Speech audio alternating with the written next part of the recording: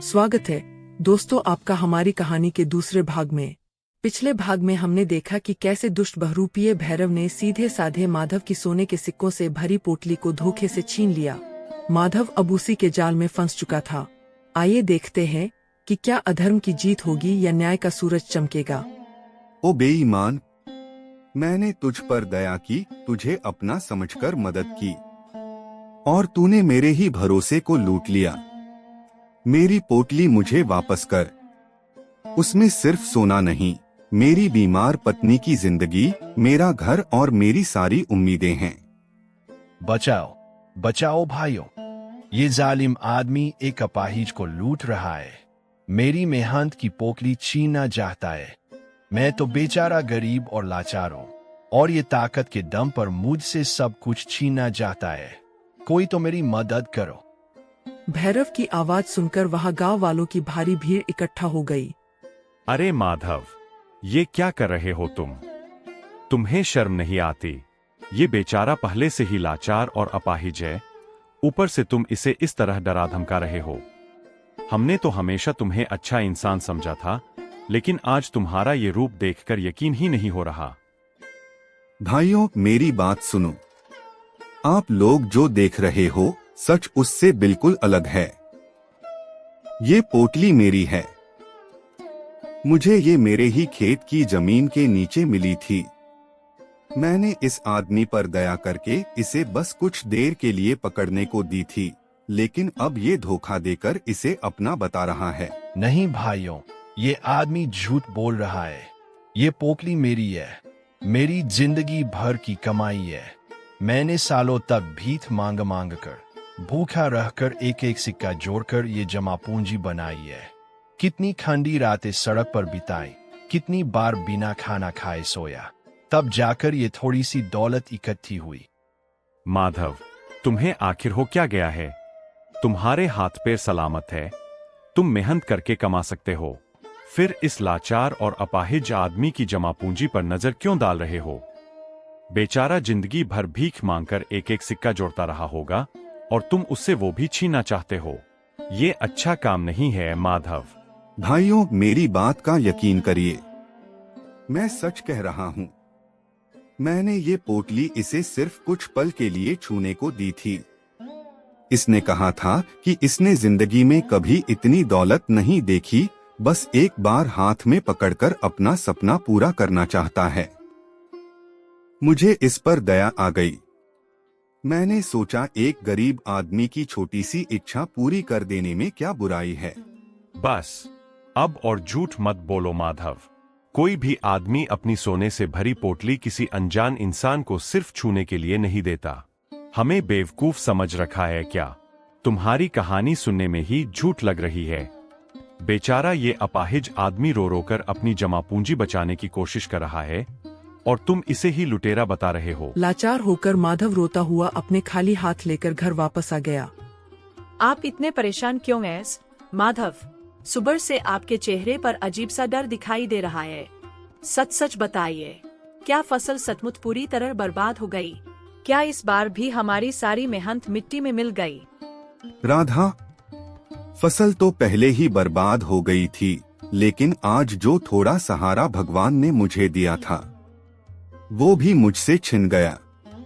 मुझे लगा था कि अब हमारी किस्मत बदल जाएगी, तुम्हारा इलाज हो जाएगा, घर का कर्ज उतर जाएगा, लेकिन शायद खुशी हमारी तकदीर में है ही नहीं। माधव ने राधा को खेत में सिक्के मिलने और लंगड़े के धोखे की पूरी कहानी सुनाई। माधव, मुझे नहीं लगता कि वो आदमी सच में लाचार था। कोई सचमुच मजबूर इंसान इतना बड़ा धोखा नहीं दे सकता। वो अपाहिज नहीं, बहुत बड़ा शातिर ठग था। उसने पहले तुम्हारी दया और अच्छाई का फायदा उठाया, फिर लोगों के सामने तुम्हें ही अयूठा साबित कर दिया। उधर भैरव पोटली लेकर अपने लालची दोस्त जग्गू के पास पहुंचा। ओए जग्गू, जरा बाहर तो आ, देख आज मैं क्या लेकर आया हूँ। पूरे 1000 सोने के सिक्के। समझा तू? 1-2 नहीं, पूरे 1000। अरे बाप रे, इतना सारा सोना! भैरव, सच बता, तूने आखिर किसे लूटा है? इतने सोने के सिक्के तो बड़े बड़े साहूकारों के पास भी नहीं होते। किसी राजा को नहीं, एक बेवकूफ किसान को लूटा है मैंने। बेचारा खुद अपनी मर्जी से पोटली मेरे हाथ में दे गया।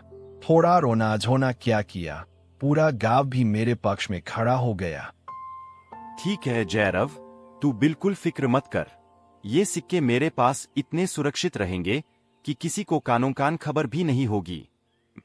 इन्हें ऐसी जगह छुपाऊंगा जहां कोई सोच भी नहीं सकता। अगर गांव वालों या सैनिकों को कभी शक भी हुआ तो उन्हें कुछ नहीं मिलेगा। लेकिन लालच एक ऐसी बीमारी है जो दोस्तों को भी दुश्मन बना देती है। अगली सुबह। ओ बेईमान, मेरे वो आधे सिक्के कहाँ गए? मैंने तुझ पर भरोसा करके वो सिक्के तेरे पास छुपाने को दिए थे, फिर वो जगह खाली क्यों है? सच सच बता, तूने मेरे सिक्कों का क्या किया? अगर मेरे साथ चालाकी की ना तो याद रख, तुझे कहीं का नहीं छोड़ूंगा। अरे मुझे क्या पता, मैं कोई पहरेदार थोड़ी ना बैठा था वहां। रात को जरूर कोई चोर आया होगा और सिक्के चुरा ले गया होगा। जब मैंने सुबह जाकर देखा तो जगह पूरी खाली पड़ी थी। झूठ मत बोल साले, मुझे बेवकूफ समझ रखा है क्या? रातों रात कोई चोर आया और सीधे वही सिक्के उठाकर ले गया। ये कहानी किसी और को सुनाना। वह जग्गू को जोर से झकझोरते हुए बोला, तूने ही मेरी पीठ पीछे चाल चली है।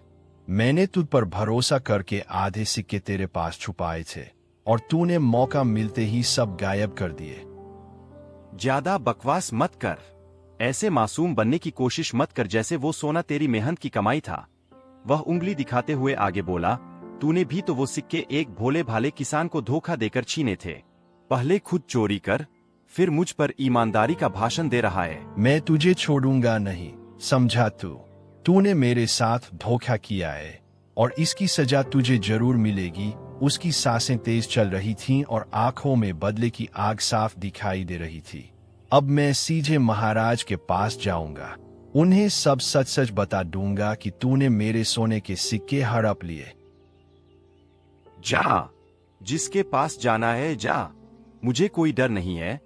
फिर उसने आंखों में आंखें डालकर कड़वी आवाज में कहा, बड़ी मजेदार बात है, एक चोर दूसरे चोर की शिकायत करने महाराज के पास जाएगा। भैरव लालच में अंधा होकर सीधे महाराज विक्रम सिंह के दरबार में पहुंच गया। न्याय कीजिए महाराज, मेरे साथ बहुत बड़ा धोखा हुआ है। उसकी आवाज पूरे दरबार में गूंजू थी। वह कांपते हाथों से जग्गू की तरफ इशारा करते हुए बोला, इस जग्गू ने मेरे सोने के सिक्के चुरा लिए हैं महाराज। मैंने भरोसा करके अपने सिक्के इसके पास सुरक्षित रखने को दिए थे, लेकिन इसने मौका मिलते ही सब हड़प लिए। जग्गू, क्या सच में तुमने अपने ही दोस्त के साथ गद्दारी की है? उनकी तेज निगाहें सीधे जग्गू के चेहरे पर टिकी थीं, मानो उसके मन का सच पर लेना चाहती हों। महाराज, मैं निर्दोष हूं। मैंने कोई चोरी नहीं की। भैरव खुद सच छुपाकर मुझे दोषी बना रहा है। इसके पास जो सोने के सिक्के थे वो इसके थे ही नहीं महाराज। इसने वो सिक्के एक भोले भाले किसान को धोखा देकर हासिल किए थे। क्या मतलब है तुम्हारा? जग्गू, बातों को घुमाना बंद करो और साफ साफ बताओ कि पूरा मामला क्या है। दरबार में आधा सच बोलना भी अपराध माना जाता है। अगर तुम्हें कुछ पता है तो बिना डरे सब सच बता दो। महाराज, सच ये है कि भैरव ने वो सोने के सिक्के किसी मेहनत या भीख से नहीं कमाए थे। इसने महावन गांव के एक सीधे साधे किसान माधव को धोखे से लूटा था।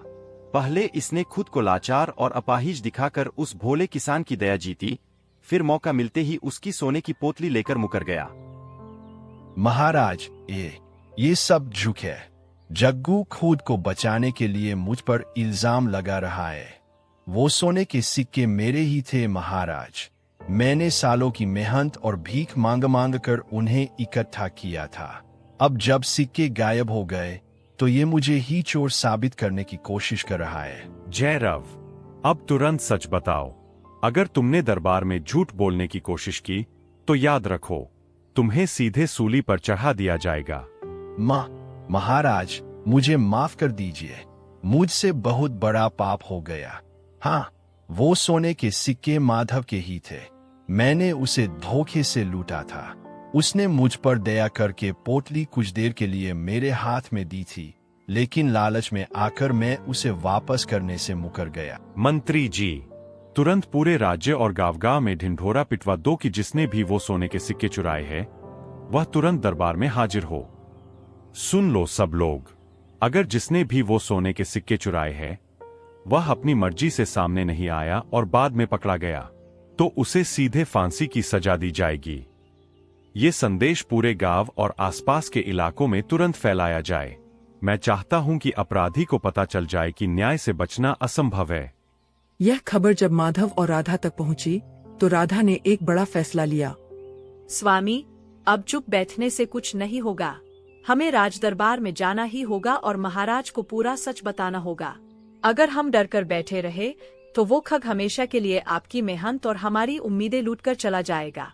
लेकिन मुझे विश्वास है कि सच्चाई कितनी भी दब जाए, एक दिन सामने जरूर आती है। पर राधा, अगर महाराज ने हमारी बात पर विश्वास ही नहीं किया तो गांव वाले पहले ही मुझे झूठा समझ चुके हैं। अगर राजदरबार में ही किसी ने मेरी बात नहीं मानी और राजा ने हमें ही चोर या ठग समझ लिया तो। स्वामी, आप इतना डर क्यों रहे हैं? हमने कोई चोरी नहीं की, ना किसी को धोखा दिया। वो सोने के सिक्के हमें हमारे ही खेत की जमीन में मिले थे और उन पर हमारा पूरा हक है। तुम ठीक कहती हो राधा। जब हमने कोई गलत काम किया ही नहीं, तो फिर सच के सामने डरना कैसा? अब बहुत हो गया। मैं अपनी मेहनत, अपनी ईमानदारी और अपने हक के लिए जरूर लड़ूंगा। अगर आज भी चुप रहा तो वो ठग हमारी पूरी जिंदगी बर्बाद कर देगा। माधव और राधा दरबार में हाजिर हुए और महाराज को आदि से अंत तक पूरी बात बताई। माधव, तुम्हारी पत्नी बेहद बुद्धिमान और साहसी है। माधव, तुम्हें अपने आप को दोष देने की बिल्कुल जरूरत नहीं है। जो सोने के सिक्के तुम्हें तुम्हारे खेत की जमीन में मिले, वो तुम्हारी किस्मत और भगवान की कृपा थे। असली चोर माधव नहीं, बल्कि ये बहरूपिया भैरव और उसका साथी जग्गू है। जो इंसान दया और भरोसे का गलत फायदा उठाए, वह सिर्फ चोर नहीं, समाज के लिए कलंक होता है। ऐसे अपराधियों के लिए हमारे राज्य में कोई दया नहीं होगी। महाराज, मुझ पर दया कीजिए। मुझसे बहुत बड़ी गलती हो गई। मैं एक अपाहिज और गरीब इंसान हूं महाराज। लालच में आकर मुझसे पाप हो गया, लेकिन मैं दिल से बुरा आदमी नहीं हूं। अगर मुझे कठोर सजा मिली तो मैं जिंदा नहीं बच पाऊंगा। भैरव, अपाहिज होना सहानुभूति पाने का कारण हो सकता है, लेकिन अपने पाप और धोखे को छुपाने का बहाना नहीं। तुमने अपनी लाचारी का नाटक करके एक ईमानदार इंसान की अच्छाई और भरोसे का फायदा उठाया। ऐसे अपराध को सिर्फ गलती कहकर माफ नहीं किया जा सकता। ठहरिए महाराज, मेरी आपसे एक विनती है। कहो माधव, तुम क्या कहना चाहते हो? तुम्हारे साथ बहुत बड़ा अन्याय हुआ है, इसलिए इस दरबार में तुम्हारी बात को पूरा सम्मान दिया जाएगा। अगर तुम्हारे मन में कोई विनती या इच्छा है तो बिना डरे खुलकर कहो। महाराज, मैं मानता हूं कि भैरव ने मेरे साथ बहुत बुरा किया। उसने मेरे भरोसे को तोड़ा, मुझे धोखा दिया और मेरी मजबूरी का फायदा उठाया। महाराज, मुझे लगता है कि भैरव से ये पाप उसकी बुरी नीयत से ज्यादा उसके लालच और मजबूरी ने करवाया है। इंसान जब गरीबी, भूख और बेबसी में जीता है तो कई बार सही और गलत का फर्क भूल जाता है। माधव, जिस आदमी ने तुम्हें धोखा दिया, तुम्हारी मेहनत, तुम्हारी उम्मीदें और तुम्हारी पत्नी के इलाज तक को खतरे में डाल दिया, तुम उसी को माफ करने की बात कर रहे हो। हाँ महाराज, मैंने ईश्वर से वादा किया था कि अगर मेरी किस्मत बदली और मुझे इस दुख से बाहर निकलने का रास्ता मिला तो मैं गरीबों और असहाय लोगों की मदद जरूर करूंगा। महाराज, अगर आप इजाजत दें तो मैं अपनी पोटली में से कुछ सोने के सिक्के भैरव को देना चाहता हूँ। माधव, सच कहूं, तुम्हारी जैसी दरियादिली और बड़ा दिल मैंने आज तक अपने पूरे जीवन में नहीं देखा। जिस इंसान ने तुम्हें धोखा दिया, तुम्हारी खुशियां छीनने की कोशिश की, तुम उसी के लिए दया और मदद की बात कर रहे हो। ऐसा हृदय बहुत कम लोगों के पास होता है।